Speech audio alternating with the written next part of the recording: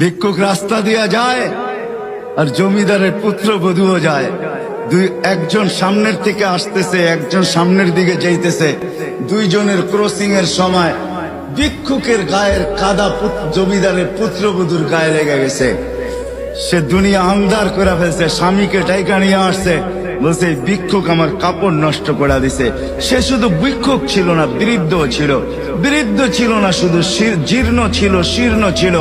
শরীরে কাপড় ছিল না, ফাটা চিরা কাপড় ছিল। পায়ে জুতা ছিল না, পেটে ভাত ছিল না। জমিদারের পুত্র সইতে পারে নাই, যৌবনী শক্তি সয় কি কইরা তার স্ত্রীর গায়ে ভিক্ষুকের কাদা, বস সমগ্র শক্তিকে হাতে একত্র করা বৃদ্ধের গালে বসায়। বৃদ্ধ কিচ্ছু বলে নাই, শুধু উপরের দিকে তাকায় দুই তিনটা শব্দ উচ্চারণ করছেন। শব্দগুলা হলো ইয়া মাল্লাহ তারা হলো ওয়ুন, ও আল্লাহ চোখে দেখা যায় না। ও তারা কুল্লা শাই, তুই সব দেখিস।